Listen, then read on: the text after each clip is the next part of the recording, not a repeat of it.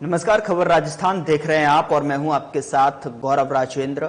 Bulletin की शुरुआत करते हैं। उपराष्ट्रपति जगदीप धनखड़ बुधवार को जयपुर पहुंचे और इस दौरान जयपुर एयरपोर्ट पर राजस्थान के राज्यपाल हरिबाबू बागड़े ने उपराष्ट्रपति जगदीप धनखड़ की भावभरी अगवानी की। वहीं राज्यपाल ने बुके भेंट कर उपराष्ट्रपति का अभिनंदन किया।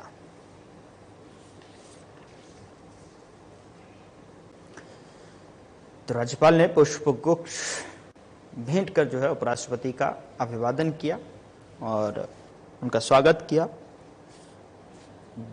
जयपुर एयरपोर्ट पर राजस्थान के राज्यपाल हरिबाबू बागड़े ने उपराष्ट्रपति जगदीप धनखड़ की अगवानी की।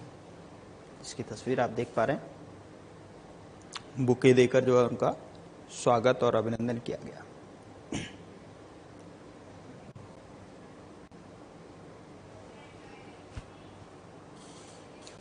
उधर जेईसीसी में rising Rajasthan global investment summit के तहत आयोजित infrastructure and important link in the supply chain सत्र के केंद्रीय सड़क परिवहन और राजमार्ग मंत्री नितिन गडकरी ने संबोधित किया। और इस दौरान नितिन गडकरी ने कहा कि प्रधानमंत्री नरेंद्र मोदी का लक्ष्य भारत को विश्व की तीसरी सबसे बड़ी अर्थव्यवस्था बनाना है।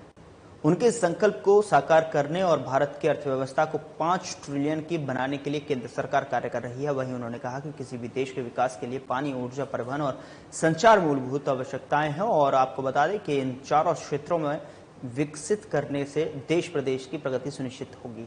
इस अवसर पर गडकरी ने राजस्थान को कई सौगातें देते हुए 30,000 करोड़ रुपए की लागत की 800 किलोमीटर लंबी 9 परियोजनाओं की घोषणा की।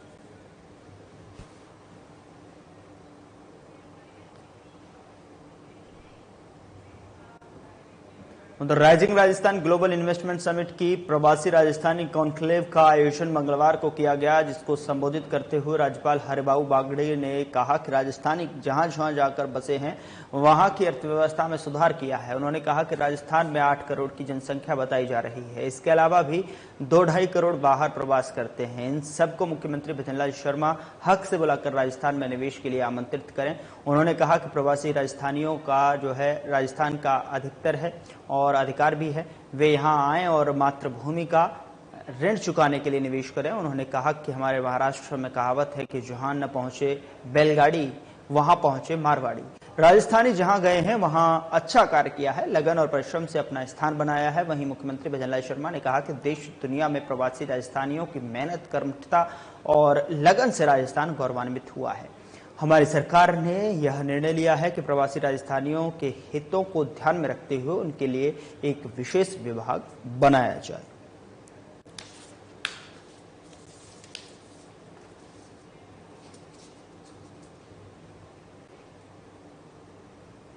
उधर जेईसीसी में rising Rajasthan global investment summit के अंतर्गत आयोजित agri business innovations moving up the value chain sectoral session को केंद्रीय कृषि और ग्रामीण विकास मंत्री शिवराज सिंह चौहान ने संबोधित किया। और इस दौरान उन्होंने कहा कि केंद्रीय ग्रामीण विकास विभाग राजस्थान में गरीब और किसान के लिए पीएम आवास योजना के अंतर्गत 3,41,620 आवासों का निर्माण करेगा और इस पर लगभग 4,099 करोड़ रुपए का व्यय होगा।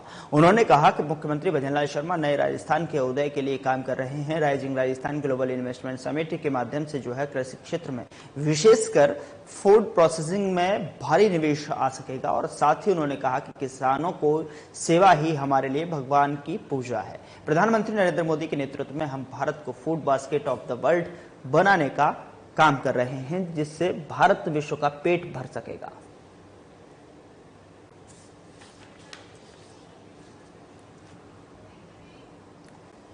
उधर राइजिंग राजस्थान समिट के दूसरे दिन मंगलवार को एज रिवॉल्यूशन शिक्षा और अवसर सत्र संपन्न हुआ है। सत्र में उप मुख्यमंत्री, उच्च और तकनीक शिक्षा मंत्री प्रेमचंद बैरवा, स्कूल शिक्षा मंत्री मदन दिलावर सहित विभिन्न शिक्षाविद, शिक्षा व्यवसाय से जुड़े उद्योगपति और विभिन्न विभागाधिकारी और शिक्षा से जुड़े लोग शामिल हुए। और इस दौरान आयोजित शिक्षा विमर्श में वक्ताओं ने शिक्षा के क्षेत्र में आवश्यक सुधारों, तकनीक समावेश, व्यावसायिक प्रशिक्षण, औद्योगिक आवश्यकताओं के अनुसार पाठ्यक्रम निर्धारण आदि पर अपने विचार रखे और उपस्थित श्रोताओं के प्रश्नों के उत्तर दिए। उप मुख्यमंत्री प्रेमचंद बैरवा ने कहा कि राजस्थान गौरवशाली परंपराओं वाला प्रदेश है और यहाँ के विद्यार्थी देश विदेश में अपनी प्रतिभा के दम पर राज्य का नाम रोशन कर रहे हैं। उन्होंने कहा कि प्रदेश को अग्रणी राज्य बनाना और शिक्षा के क्षेत्र में आगे बढ़ाना राइजिंग राजस्थान समिट का एक प्रमुख उद्देश्य है। शिक्षा क्षेत्र में निवेशकों के साथ में विभिन्न एमओयू साइन किए जा रहे हैं, जिससे प्रदेश प्रगति और समृद्धि के पथ पर आगे बढ़ेगा।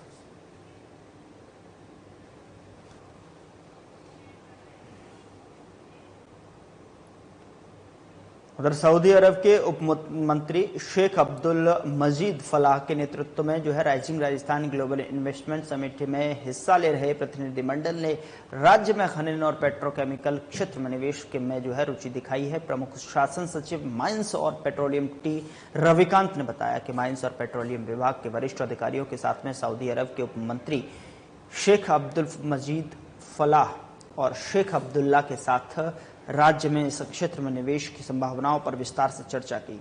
टी रविकांत ने बताया कि अतिरिक्त निदेशक जो है माइंस बीएस सोडा ने सऊदी अरब दल के सदस्यों के साथ में जो है विस्तार से प्रदेश में उपलब्ध मिनरल्स एक्सप्लोरेशन और निकट भविष्य में होने वाले मिनरल ब्लॉकों की नीलामी के बारे में विस्तार से जानकारी दी है। साथ ही उन्होंने बताया कि राजस्थान में डेकोरेटिव स्टोन्स के साथ ही क्रिटिकल और स्ट्रेटेजिक मिनरल्स के भंडार हैं और चरणबद्ध तरीके से जो है इनके ब्लॉक्स तैयार कर नीलाम किए जा रहे हैं।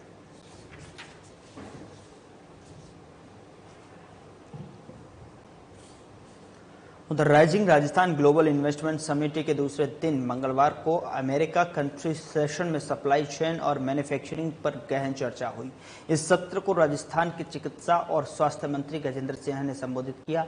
उन्होंने कहा कि राजस्थान अब केवल न एक रेगिस्तानी राज्य नहीं बल्कि उभरते हुए अवसरों की भूमि है। उन्होंने भारत अमेरिका साझेदारी और को आर्थिक समृद्धि और रोजगार सृजन के लिए अत्यंत लाभकारी बताया है। इसी के साथ उन्होंने कहा कि भारत और अमेरिका दुनिया के दो सबसे बड़े लोकतंत्र हैं और भारत जल्द ही तीसरा सबसे बड़ा आर्थिक लोकतंत्र बनने की ओर अग्रसर है। उन्होंने उल्लेख किया कि अमेरिकी कंपनियां पहले ही भारत में 1000 से अधिक उद्योग संचालित कर रही हैं और एप्पल जैसी कंपनियों ने भारत में अपनी मजबूत उपस्थिति दर्ज की है। राजस्थान की भूमिका पर जोर देते हुए उन्होंने बताया कि राज्य दिल्ली मुंबई इंडस्ट्रियल कॉरिडोर का 30% हिस्सा कवर करता है और इसकी भौगोलिक स्थिति उद्योग और लॉजिस्टिक्स के लिए आदर्श है।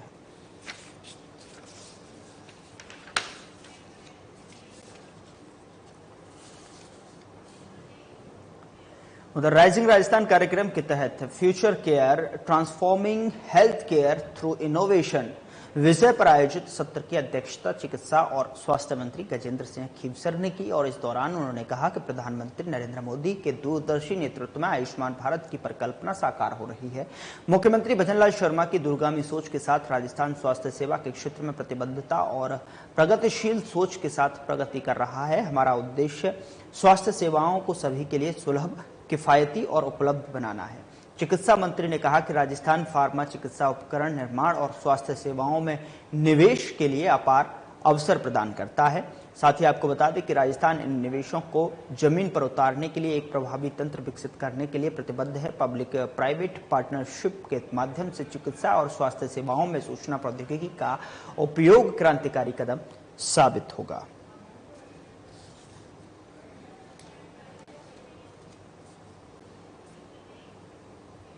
राज्यसभा सांसद और बीजेपी प्रदेश अध्यक्ष मदन राठौड़ ने कहा कि प्रदेश में निजी क्षेत्र में कार्य कर रही कंपनियों ने कॉरपोरेट सामाजिक उत्तरदायित्व यानी कि CSR का निर्वहन करते हुए पिछले 5 साल में 3800 करोड़ रुपए से अधिक की धनराशि सामाजिक कार्यों में खर्च की है।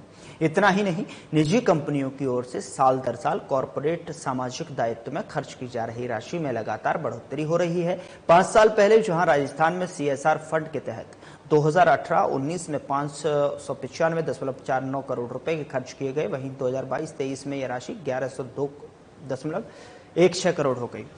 राज्यसभा सांसद मदन राठौड़ की ओर से जो है CSR नीति के संबंध में लगाए गए सवाल के जवाब में केंद्रीय वित्त और कॉरपोरेट कार्य मंत्री निर्मला सीतारमण ने यह जानकारी दी है।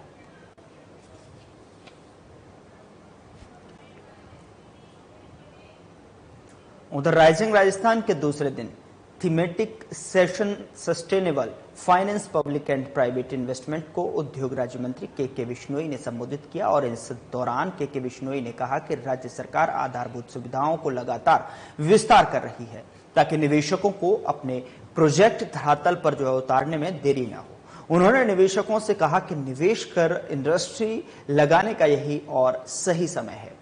वहीं बिश्नोई ने कहा कि विकसित राजस्थान की संकल्पना को साकार करने की दिशा में rising Rajasthan global investment summit की महत्वपूर्ण भूमिका साबित होगी। मुख्यमंत्री भजनलाल शर्मा के कुशल नेतृत्व में राज्य सरकार प्रदेश में निवेश की अपार संभावनाओं को निवेशकों तक जो पहुंचा रही है। इसी का परिणाम है कि समिट में 30 लाख करोड़ रुपए से अधिक निवेश के MOU हस्ताक्षर हुए।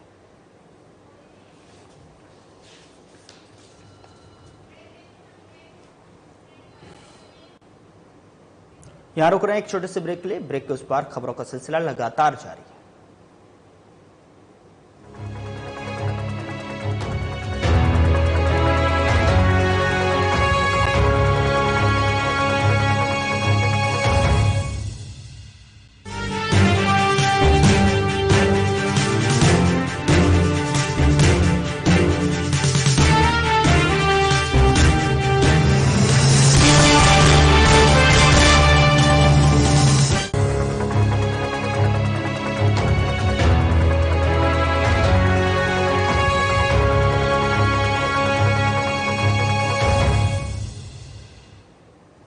ब्रेक के बाद स्वागत है आपका। खबरों में आगे बढ़ते हैं। कांग्रेस नेता और पूर्व मंत्री प्रताप सिंह खाचरियावास ने बीजेपी पर निशाना साधा है। उन्होंने कहा कि राइजिंग राजस्थान के नाम पर राजस्थान की सरकार ने जयपुर के लोगों को रास्ते बंद करके बंधक बनाकर रख दिया है। पिछले 15 दिन से कभी रिहर्सल के नाम पर, कभी VIP मूवमेंट के नाम पर तो सभी रास्ते बंद कर दिए जाते हैं। लंबे लंबे जैम जो है देखने को मिल रहे हैं। लोग परेशान हो रहे हैं। बीमार आदमी अस्पताल नहीं पहुंच सकता। लेकिन राजस्थान की सरकार को जनता की परेशानियों से कोई सरोकार नहीं है।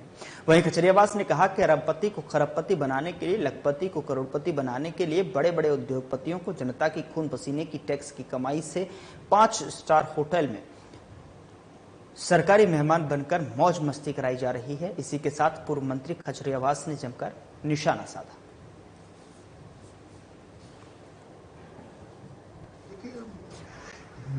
MOU होने से पहले मुख्यमंत्री का प्रधानमंत्री के सामने ये बयान देना कि 35 लाख करोड़ के MOU हो गए, ये एक मुख्यमंत्री को कि इस तरह का बयान इसलिए नहीं कि MOU होने से पहले आपने 35 लाख करोड़ के MOU घोषित कर दिए, कितने जमीन पर उतरेंगे, कितने MOU हो पाएंगे, ये सारी अभी भविष्य के गर्भ में है। और आपने पिछले, आप मुझे मानिए 1 महीने से जयपुर को बंधक बना रखा है। 4 महीने से जयपुर की जनता परेशान है।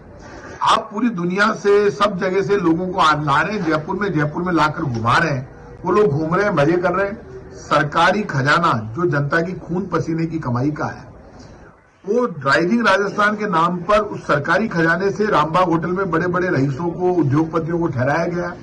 फ्री में भोजन, फ्री में खाने पीने का सामान, नाच गाने वाले सब व्यवस्था आपने उनकी कर दी। लेकिन जयपुर के सारे ठेलेवालों को उजाड़ दिया, दुकानदार को उजाड़ दिया, लोगों की दुकानें बंद करा दी। रात में, दिन में गिरफ्तारियां कर रहे हो। छात्र नेताओं को बंद कर दिया, सबको। वो तो छात्र नेता तो चलिए आपने कर दिए बंद, आपने गरीबों को उठा उठा के बंद कर दिया। पूरी रात लोगों के चालान होते हैं, लोग रोड पे जाते हैं, उनको उठाकर बंद कर, लोग डर के मारे घर से निकलना बंद कर दिया लोगों ने, क्योंकि रास्ते बंद पड़े। पूरा जयपुर बंधक है। आप मुझे बताइए, ऐसा कभी होता है कि राइजिंग राजस्थान के नाम पर जयपुर की जनता को तो आपने बंधक बना लिया, सारे रास्ते बंद कर दिए, परेशान कर दिया, सारे 30 ठेलों को उजाड़ दिया, पूरे जयपुर को उजाड़ दिया। किसको दिखाना चाहते हो आप ऐसा जयपुर? आप सारे पर्दे डाल दिए गंदगी पर, कचरे पर, कच्ची बस्तियों पर, गरीब पर। अब पर्दा डाल डाल के ढक दिया। तो गरीब यदि सड़क पर निकल रहा है तो उसको निकलने नहीं दे रहे। अब आप कपड़े देखकर रवाना करोगे सबको। जितना खर्चा आपने राइजिंग राजस्थान में किया, ये आप एक अरबपति को खरबपति बनाने के लिए, करोड़पति को अरबपति बनाने के लिए, लखपति को करोड़पति बनाने के लिए कर रहे हो ना आप जयपुर में जाकर देखो, ये फोर्टिस को आपने जमीन दी थी 1 रुपए में, बिरला हॉस्पिटल को जमीन दी थी 1 रुपए में। कर रहे हैं क्या 25% इलाज फ्री? ये जमीनें लेकर मजे कर रहे हैं। ये सारी जमीनों की बंदरबाट हो जाएगी, जबरदस्त कर। उधर बीकानेर में मानसिक स्वास्थ्य देखभाल, तनाव प्रबंधन और आत्महत्या की घटनाओं को रोकने की दिशा में जिला प्रशासन और नगर विकास न्यास की ओर से 2 दिवसीय कार्यशाला का आयोजन किया जाएगा। जिला प्रशासन और नगर विकास न्यास की तरफ से रविंद्र रंगमंच पर 20 और 21 दिसंबर को ये कार्यशाला आयोजित होगी, जिसमें मानसिक स्वास्थ्य विशेषज्ञों की ओर से विशेष सत्र आयोजित कर लक्षित सदस्यों के साथ इन विषयों पर संवाद किया जाएगा। जिला कलेक्टर नम्रता वृष्ण ने संबंधित विभाग के साथ में बैठक की जानकारी दी और जिला कलेक्टर ने बताया कि इस कार्यशाला के पहले दिन मानसिक तनाव प्रबंधन और आत्महत्या जैसी घटनाएं रोकने के लिए विभिन्न गेट कीपर्स जैसे शिक्षक, कोचिंग और सेंटर संचालकों, हॉस्टल वार्डन, स्कूल और कॉलेज प्रबंधक, अभिभावकों और संबंधित विभागों के अधिकारियों के साथ में संवाद किया जाएगा। कार्यशाला के दूसरे दिन विद्यार्थियों के साथ मानसिक स्वास्थ्य विशेषज्ञ बातचीत करेंगे।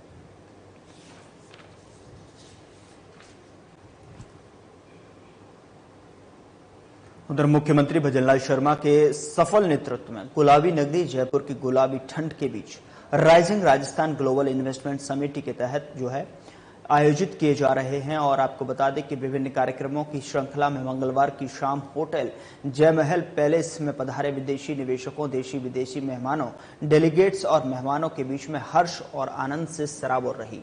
गायन, वादन और नृत्य के सुमधुर संगीतिक समन्वय के बीच पधारो म्यारे देश की थीम पर बिखरे सुरों से सजी निराली शाम निवेशकों को लुभाती नजर आई। राजस्थानी संगीत से समृद्ध धुरा वाले देश राजस्थान में निवेश के प्रोत्साहित करती शाम में सुरमय वातावरण और शानदार प्रदर्शन ने हर किसी का मन मोह लिया। बता दें कि तालियां भी खूब बटोरी गईं। दीर्घ स्क्रीन्स पर हजारों की संख्या में दर्शक दीर्घा में विराजे जयपुराइट्स यूथ और निवेशक आगंतुकों ने पुष्कर और पिछोला झील के मनमोहक दृश्य, यूनेस्को की संरक्षित प्रादेशिक धरोहरों, दुर्गों, कुएं, बावड़ियों और शिल्प स्थापत्य की आभा, वन्य जीवों, अभयारण्यों और आदि की छटा, आन बान और शान की मरुधरा के व्यापक दीर्घ दर्शन कर हर कोई भाव विभोर हो गया।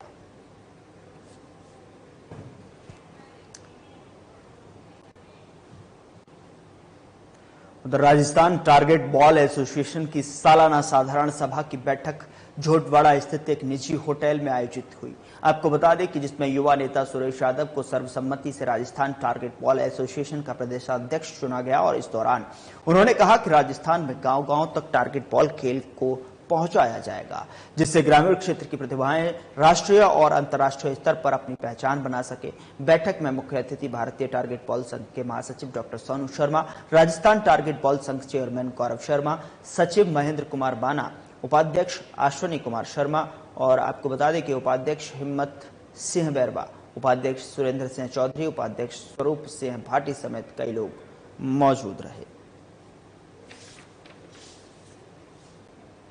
टारगेट एसोसिएशन जो गठित हुआ है, आज वार्षिक मीटिंग भी थी और नई जो कार्यकारिणी उसका गठन भी हुआ है, क्योंकि नया गेम है और राजस्थान में जैसे मुझे जिम्मेदारी मिली है और गौरव जी हैं, सोनू जी हैं, तमाम जो लोग हैं वो सब मिलके हम यही चाहेंगे कि राजस्थान में ये गेम ऊंचाई तक जाए।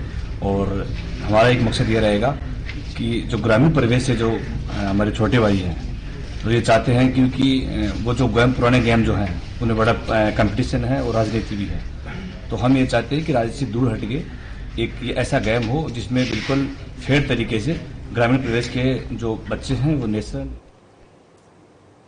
राजगढ़ थाना क्षेत्र के पिनान में बीती देर रात विवाहिता की फांसी लगाकर हत्या करने का ससुराल पक्ष के विरुद्ध मामला दर्ज हुआ है। बता दें कि सूचना पर राजगढ़ पुलिस ने मौके पर पहुंचकर शव को कब्जे में लेकर राजगढ़ सीएचसी की मोर्चरी में रखवा दिया था। वहीं चिकित्सालय में डीएसपी मनीषा मीना और थानाधिकारी रामजीलाल मीना पहुंचे और थानाधिकारी रामजीलाल मीना ने बताया कि रात्रि को मृतका के भाई ने सूचना दी कि उसकी बहन का ससुराल पिनान में है, जिसका विवाह 2 मई 2022 को हुआ था। उसने आरोप लगाते हुए कहा कि दहेज के कारण उसकी बहन को ससुराल वालों ने मार दिया है। इस पर मामला दर्ज कर जांच राजगढ़ डीएसपी को सौंपी गई। मृतका के शव का पोस्टमार्टम मेडिकल बोर्ड से करवाकर शव परिजनों को सौंप दिया गया। तो वहीं आपको बता दें कि थानाधिकारी ने बताया कि मृतका के भाई ने रिपोर्ट में फांसी लगाकर हत्या करने की आशंका जाहिर की है। जो भी स्थिति होगी अनुसंधान में सामने होगी। पुलिस ने दहेज हत्या की धाराओं में मामला दर्ज कर जांच शुरू कर दी है। शाम को रात करीब 9 बजे विक्रम मीणा नाम से फोन करके बताया कि मेरी बहन का ससुराल यहाँ पिनान में है, जिसको उसके ससुराल वालों ने मार दिया। इस सूचना पर पुलिस तुरंत मौके पर पहुंची जहाँ परिवादी विश्राम मीणा की बहन लक्ष्मी वो मृत अवस्था में थी, जिसकी लाश को ला करके और CSP राजगढ़ मुर्दागढ़ में रखवाया गया। आज सुबह विक्रम ने रिपोर्ट दी कि मेरी बहन लक्ष्मी के तत्काल उन्होंने उसकी दहेज के कारण उसकी मृत्यु कर दी। इस बात पर उनके द्वारा रिपोर्ट पेश की गई, जिस पर मुकदमा दर्ज किया गया, क्योंकि मुकदमा दहेज हत्या का था। ये तफ्तीश श्रीमान CO राजगढ़ मैडम के नाम तफ्तीश की थी। मैडम द्वारा एक तो FSL टीम को मौके पे बुलाया, टीम द्वारा लाश का व घटनास्थल का निरीक्षण किया। इसके अलावा लाश का पोस्टमार्टम पंचायतनामा कार्रवाई करके बोर्ड से मैडम द्वारा करवाया गया और लाश के परिजनों को सुपुर्द कर दी गई। सर, इसमें प्रथम दृष्टया क्या लगता है? अब परिवादी ने तो ये आशंका यही जाहिर की है कि उन्होंने इसको फांसी लगा करके इसको मारा है और अब वो अनुसंधान से जैसी स्थिति होगी वो सामने आ जाएगी।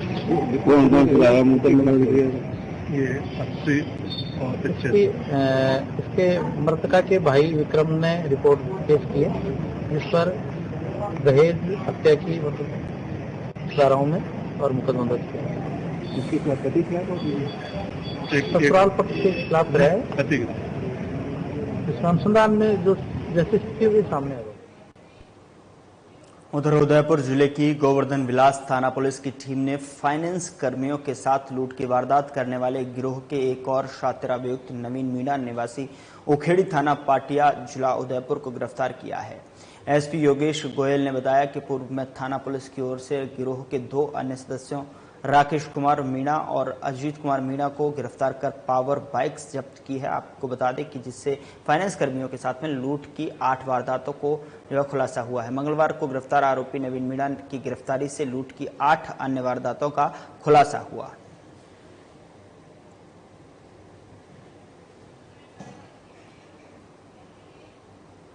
Anti gangster task force police मुख्यालय की टीम की सूचना पर भीलावाड़ जिले की गंगापुर थाना पुलिस ने मादक पदार्थ के तस्कर राकेश जाखड़ निवासी कूट थाना कापड़ा जिला जोधपुर ग्रामीण को प्रोडक्शन वारंट पर ब्यावर जिले से गिरफ्तार किया है। AGTF ने पूछताछ के बाद आरोपी ने निशानदेही पर जंगल में छुपाया गया हथियार और एक 12 बोर हॉकी बट बरामद किया है।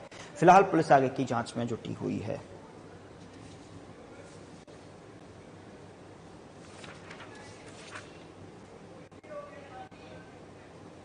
उधर चूरू जिले की दुधवा खारा पुलिस की टीम ने गैंगस्टर्स और हथियार तस्करों के बीच की कड़ी हार्डकोर अपराधी अरशद खान निवासी वार्ड नंबर 24 बुकलसर बास सरदार शहर को प्रोडक्शन वारंट पर केंद्रीय कारागृह गोविंदवाल साहिब तरन पंजाब से गिरफ्तार किया है। SP जय यादव ने बताया कि 12 अक्टूबर को थाना दुधवा खारा पुलिस की टीम ने नाकाबंदी में मुलजिम शाहरुख उर्फ बहादुर निवासी गंगियासर थाना बिसाऊ जिला झुंझुनू को 3 जिंदा कारतूस 32 बोर और एक स्कॉर्पियो सहित जो गिरफ्तार किया था।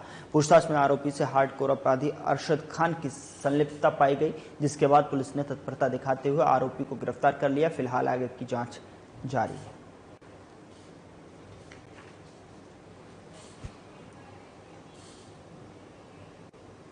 उधर मुंडावर के राजकीय उच्च माध्यमिक विद्यालय में ब्लॉक स्तरीय राजस्थान युवा महोत्सव धूमधाम से मनाया गया। कार्यक्रम में ब्लॉक मुंडावर के विभिन्न विद्यालयों के विद्यार्थियों ने उत्साह के साथ में भाग लिया।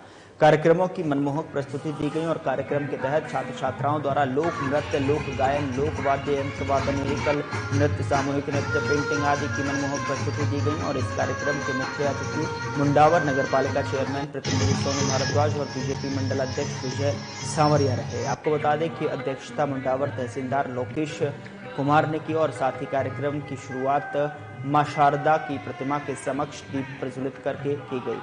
आपको बता दें कि राजस्थान सरकार की ओर से आयोजित इस कार्यक्रम का उद्देश्य राजस्थान की लोक संस्कृति, कला, विज्ञान और प्रौद्योगिकी के संरक्षण और प्रोत्साहन के लिए कार्यक्रम में मुख्य ब्लॉक शिक्षा अधिकारी संपतराम मीणा ने प्रतिभागियों को अपने कौशल का प्रदर्शन करने के लिए प्रेरित किया और कहा कि उन्हें हार या जीत की चिंता किए बिना अपनी कला को प्रस्तुत करना चाहिए।